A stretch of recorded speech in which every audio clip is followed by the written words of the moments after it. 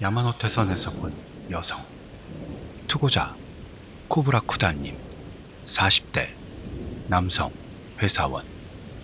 체험 장소 도쿄도 JR 야마노테선 신주쿠역에서 이케부쿠로역 사이.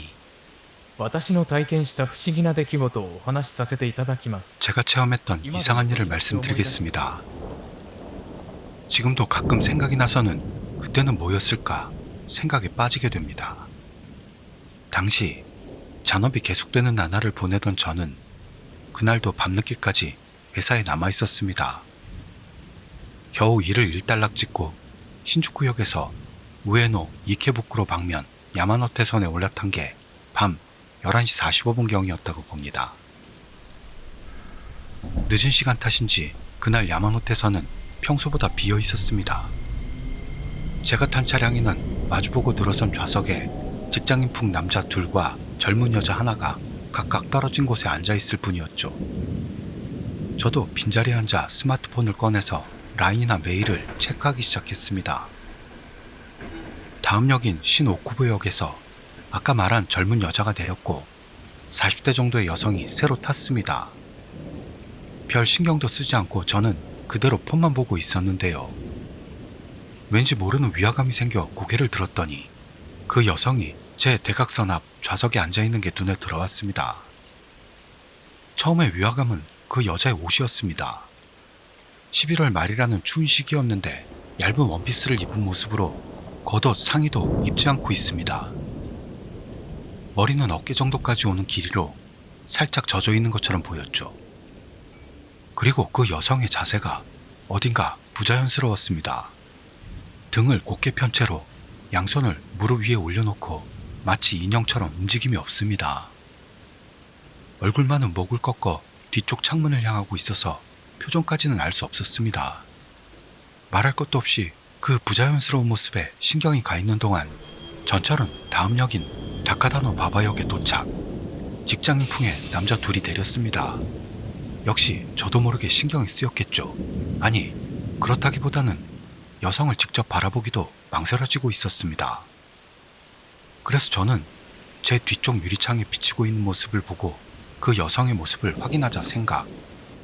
뒤를 돌아봤습니다만 이상한 겁니다. 창문에는 제 모습만 비치고 있습니다. 그 여자가 앉아있을 자리에 여자의 모습이 없는 겁니다. 황급히 직접 그 여성 쪽을 돌아보자 여자는 거기에 앉아있습니다. 그런데도 창문에는 보이지 않는 거죠. 차량에는 그 여성과 저 둘뿐입니다. 동요하고 있다는 걸 알게 하고 싶지 않아 저는 그 자리에서 꼼짝도 할 수 없었습니다. 그러는 동안 전철이 다음 역인 메지로역에 도착하자 그 여성이 천천히 고개를 돌려 얼굴을 자기 앞으로 향하더니 제 쪽을 향했습니다. 그 얼굴을 본 순간 저는 저도 모르게 눈을 감아버리고 맙니다. 이상한 일입니다만 저는 그 표정을 기억해낼 수가 없습니다. 얼굴 윤곽은 뚜렷이 기억하고 있는데요. 그 표정만이 지금도 떠오르지를 않는 겁니다. 눈을 떴을 때는 여자의 모습은 이미 거기 없었습니다. 메지로역에 정차하고 있는 전철문은 아직 열려있는 채였습니다만 누군가가 내린 모습도 없습니다. 눈을 감고 있던 시간은 고작해야 2, 3초로 사람이 내려서 보이지 않게 될 정도의 시간은 지나고 있지 않았죠. 마치 처음부터 거기 없었던 것 같이 사라진 겁니다. 이상이 제가 겪었던 이상한 체험담입니다. 그 다음날 놀림받을 각오로 용기를 내 지난밤 경험을 회사 동료에게 말해봤더니 실은 비슷한 체험을 한 사람들이 저 말고도 있다는 것을 알았습니다. 특히 늦은 시간대 야마노테선에는 이런 이상한 체험을 한 사람들이 적지 않은 모양입니다. 저 자신도 그때까지는 귀신이나 초자연 현상을 믿는 편은 아니었는데요. 이 체험은 제 속에서 설명할 수 없는 사건으로 명확하게 남아있습니다. 도시전설이 될 법한 사고나 사건과의 관련성도 조사해봤습니다만 결정적인 단서는 찾지 못하고 있습니다. 그 뒤로 1년 이상이 지나고 있어요. 그런데 때때로 꿈에 그 여자가 나올 때가 있습니다. 그때마다 그 여자의 정체나 왜 제 앞에 나타났는지를 생각하게 됩니다. 창문에 비치지 않았던 여성의 모습, 그리고 기억에서 사라져버린 그 표정. 지금도 늦은 시간에 야마노테선에 올라탈 때는 무심코 차량 안을 둘러보게 됩니다. 방 좀 바꿔줄래? 투고자 다나카님, 40대 남성 회사원. 체험 장소 나라현 Y시의 모 비즈니스 호텔. これは今から29年前 이건 29년 전 실제로 제 몸에 일어났던 심령 체험입니다. 당시 저는 막 대학 새내기가 되어 여름방학에 알바를 하고 있었습니다. 이 무렵은 거품 경제가 붕괴되기 전이라 엄청나게 경기가 좋은 시기였죠. 알바비 시급은 높았고 조건 좋은 곳이 많았었어요. 저는 고향에서 전기공사 알바를 하고 있었는데요. 나라현 현장에 사람이 부족하다는데 가볼래? 하는 아버지의 권유를 받았습니다. 고향에서도 일당 12,000엔을 받고 있었는데요. 나라현의 현장 일당은 20,000엔. 게다가 그날 돌아오는 게 아니고 비즈니스 호텔에서 잔다는 것으로 이 숙박료와 식사 비용도 내준다는 것이었습니다. 게다가 기간도 일주일이라 그다지 길지도 않습니다. 돈에 눈이 먼 저는 즉시 오케이. 나라현으로 가기로 했습니다. 갈 때는 아버지 차로 저와 또 한 명의 알바생 A도 같이 타 셋이 나라로 향했습니다. 아버지는 첫날만 참가하고 그대로 돌아간 뒤 일주일 뒤에 다시 데리러 온다는 것이었습니다. 이른 아침부터 나라현 Y시를 향해 출발, 그대로 현장으로 직행했죠. 일을 마치고 예약해둔 비즈니스 호텔로 갔습니다. 덧붙이자면 이 비즈니스 호텔은 긴테츠선 Y역 근처에 있었고 한때 화제가 됐던 1급 건축사인 땡땡씨가 디자인한 비즈니스 호텔이었습니다. 예전 일이라 호텔 이름은 잊어버렸습니다만 뉴스에서 땡땡씨가 디자인한 호텔 소개 영상을 봤고 아 여기다 단박에 알 수 있었습니다. 킨텐츠 Y역 부근의 고층 비즈니스 호텔은 여기밖에 없어서 지역분들이라면 알 거라고 생각합니다. 이미 헐려버려서 지금은 없습니다만요. 무사히 호텔에 도착해 저와 A는 체크인을 마치고 그대로 숙박. 아버지는 일주일 뒤에 데리러 올게 라는 말을 남기고 그대로 차로 돌아갔습니다. 이렇게 비즈니스 호텔과 현장 왕복에만 쏟는 일주일이 시작됐습니다. 우리가 묵었던 곳은 5층이었습니다. A가 복도 끝, 저는 그 옆방이었죠. 숙박 첫날부터 이상은 있었습니다. 어디까지나 지금 생각해보면 입니다만요. 이날은 피곤한 것도 있어 바로 잠자리에 들었는데요. 한밤중에 복도를 걷는 소리가 나 잠이 깼습니다. 분명 A가 왔다 갔다 하는 소리겠지. 낯선 곳이라 잠이 안 오나 생각하고 있다가 다시 잠이 들었습니다. 다음날 아침 A와 합류해 일터를 향합니다. 이틀째도 순조롭게 일을 마치고 호텔로 돌아왔습니다. 일주일 동안 저도 A도 계속 같은 방을 예약해놔 그날도 전날과 같은 방으로 각각 들어갔습니다. 그리고 한밤중 다시금 발소리가 납니다. 어젯밤도 애매한 시간에 깨웠는데 좀 진정해라 A 라고 생각. 점점 짜증이 나면서도 다시 잠이 듭니다. 그 뒤로도 연일 이 일이 지속됐습니다. 6일째 아침 계속해서 한밤중에 잠이 깨서 뿔딱지가 난 저는 A에게 쏘아붙였습니다. 한밤중 이상한 시간에 일어나냐? 발소리가 내 방까지 들려오잖아. 그러자 A의 얼굴에서 왠지 핏기가 가시는 걸 알았습니다. 아, 들렸냐? 미안.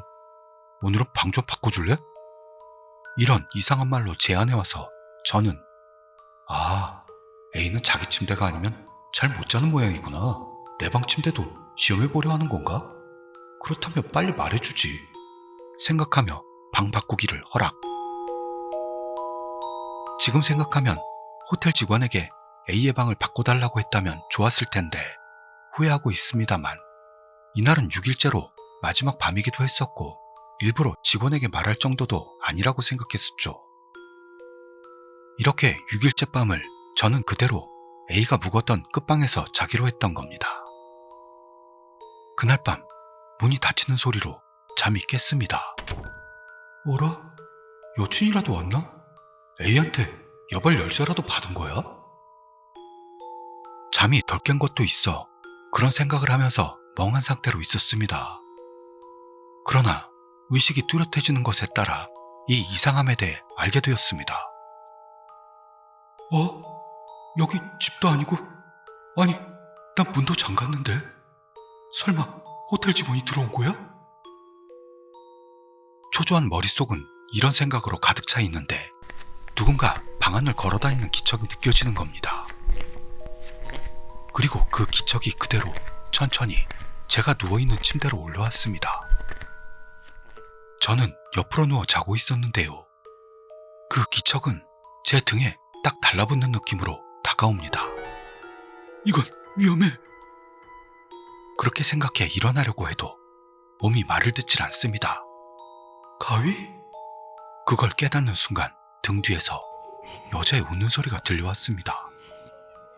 넌 이제 달아날 수 없어 하는 아기가 담긴 듯한 불쾌한 웃음소리입니다. 몇 번을 일어나려고 했습니다만 몸은 전혀 움직이지 않습니다.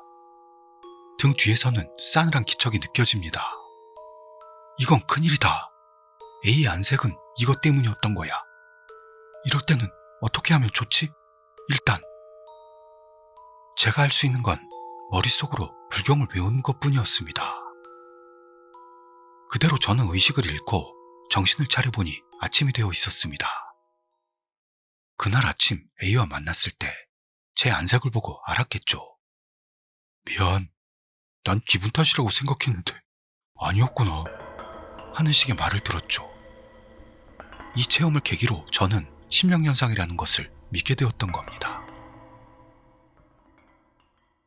조선터널 체험자 KF님 27세 여성 회사원 심령스팟 기후현 조선터널 이것은 친한 후배 남자에게 들었던 이야기입니다. 그 후배를 가칭 A로 하겠습니다. 5년 전 A가 아직 대학생이었던 시절 친구들 사이에서 심령 스팟에 가는 게 유행이었답니다. 자주 있는 일이죠. 대학생 된 김에 심령 스팟에서 담력 시험이요. 역시나 대학생이었던 A도 역시 그 무렵에는 친구들과 심령 스팟 순회를 일삼고 있었습니다. 그렇지만 귀신을 전혀 믿지 않는 A에게는 심령 스팟 순회는 공포를 즐긴다기보다 단순히 친구들과 뭔가를 한다는 게 즐거웠던 모양입니다. A가 살던 기후현 기후시 주변에는 유명한 심령 스팟이 몇 군데 있었고 그 당시에는 A는 이미 대부분을 다 방문한 상태였다고 합니다. 다만 그 A에게도 아직 가보지 못한 곳이 하나 있었습니다. 그게 기후현의 유명한 심령 스팟인 조선터널입니다. 조선터널에 갔던 많은 사람이 실제로 심령현상을 체험한다고 하고 전국적으로도 꽤 유명한 심령 스팟입니다. 원래 명칭은 후타마타 터널인데요. 그게 조선터널이라고 불리는 것에는 어떤 이유가 있었습니다. 저도 자세하게 모릅니다만 긁어모은 정보로는 그 터널은 예전에 터널을 뚫기 위해 조선 사람들이 강제 노동을 당했고 쓸모 없어지자 그대로 터널 벽에 생매장되고 말았다 라는 소문이 있다고 합니다. 아무리 봐도 신빙성이 결여된 이야기이긴 합니다만 실제로 심령현상이 많이 일어난다는 소문이 붙은 무서운 터널임에는 틀림없습니다. A는 그날 대학 친구들과 그 터널로 가게 되었다네요. 어차피 아무 일도 안 일어날 거고 크크 하며 가볍게 생각했다고 A는 말합니다. 7월인데도 드물게 시원했던 밤 A를 포함한 친구 5명은 차로 조선터널을 향합니다. 야, 쫄지마. 쫄긴 누가 쫄아. 그런 상투적인 아가리들을 털며 터널로 갔고 차는 드디어 어두운 길로 진입. 주변에는 섬뜩한 분위기가 떠돌고 있었습니다. 정비되지 않은 길에는 당연히 가로등도 없었고 차는 덜컹대며 전조등만을 의지한 채 길을 나아갑니다. 분위기 미쳤네. 진짜 나올 것 같아. 위험해. 바깥 분위기와는 대조적으로 시끄러운 차 안이었는데요. 친구 비만이 왠지 불안한 얼굴을 하고 있었습니다. 야, 비, 왜 그래? 쫄보 자식. 등등 모두가 떠드는데 B는 떨리는 듯한 희미한 목소리로 아까부터 누가 보고 있는 느낌이 들어 라고 했다는군요. 차 안은 일순 조용해지고 말도 안 되는 소리. 그럴 리가 있냐? 하며 B를 바보 취급하듯 다시 분위기가 업되었다고 합니다만 분명히 그때부터 모두의 분위기가 변했다고 A는 말하고 있었습니다. 옛날부터 영감이 강했던 B의 이런 발언은 모두를 겁먹게 하기에 충분한 위력이 있었기 때문입니다. 그렇게 목적지인 조선터널에 도착하자 당연하게도 주위에는 A 일행 말고는 아무도 없습니다. 조심조심 차에서 내려보니 거기에는 짓눌릴 것 같은 어두운 터널이 입을 벌리고 있을 뿐 달리 눈길을 끌만한 것은 아무것도 없습니다. 모두 입 밖으로 꺼내진 않았습니다만 엄청 쫄았다는 게 팽팽한 공기 속에서 전해져 왔다고 합니다. 그럼 가위바위보로 진놈이 들어가는 거다. 누군가가 그런 말을 꺼냈고 모두도 그 말에 동조했습니다. 가위바위보! 진 사람은 A와 B였습니다. 아, 실화냐? 뭐 됐다. 갔다 올게. 니들 먼저 도망치지 마. 엄청 무서웠답니다만 A는 센 척하며 그런 말을 던지고 B와 같이 터널로 들어갔다네요. 안은 어둡고 기분 탓인지 공기도 차갑습니다. 조만간까지 여유 부리던 A도 역시 무서웠답니다만 아까부터 떨고 있던 B 앞에서 약간 소리도 못하고 빨리 보고 밖으로 나가자. B를 끌어당깁니다. 그대로 조심조심 앞으로 나아가는 둘. 그러나 안쪽으로 들어감에 따라 B는 점점 말을 잃어가고 있었답니다. 이제 나가자. B가 그렇게 말했을 때는 역시 A도 그 분위기를 읽고 바로 터널을 돌아갔다네요. 결국 터널 안에서는 아무 일도 일어나지 않았고 역시 아무 일도 없잖아. 모두 내심 안심하며 차에 올라 귀가해 잤다고 합니다. B도 터널을 나오고부터는 조금씩 활기를 찾은 모양입니다. 그렇지만 얼마 지나지 않아 터널에 갔던 멤버들에게 조금씩 묘한 일이 일어나기 시작합니다. 우선 B의 할머니가 돌아가셨습니다. 엄청 건강한 할머니였다는데요. 그건 갑작스러운 일이었다고 합니다. 다른 멤버도 할아버지가 돌아가시거나 사고를 당하거나 병이 들거나 하며 차례로 나쁜 일이 일어났습니다. A도 예외는 아니어서 터널에 가고 일주일 뒤 사고를 당했습니다. 차 사고였는데요. 다행히 다친 사람도 없었고 그렇게 큰 사고로 이어지진 않았답니다. 그러나 그 일주일 뒤 A는 다시 차 사고에 휘말리게 되었던 겁니다. 다른 친구들에게 일어난 불행 등을 포함해 생각하니 A도 역시 얼마 전에 갔던 조선터널을 의심하기 시작합니다. 그러나 결국 그 뒤로는 아무 일도 없었고 터널 일도 점차 잊혀져 갔다고 합니다. 그 이듬해 7월의 일입니다. A는 다시금 차 사고를 일으켰습니다. 추돌 사고였죠. 길에 짐승이 튀어나온 게 원인인 사고였습니다. 게다가 그 다음해 7월 A는 다시 차 사고를 일으켰습니다. 그것도 역시 추돌 사고였죠. 매번 이 시기에 사고가 난다니. 그렇게 생각해 지금까지 났던 사고 날짜를 확인해보자 3년 연속 같은 달 같은 날에 사고를 일으켰다고 합니다. 오싹해진 A는 바로 앵마기를 받으러 갔습니다. 분명히 조선터널에 담력시험 갔던 저주야. 그렇게 말하는 A는 그 이후로는 심령 스팟에 절대 가지 않겠다고 결심했다고 합니다.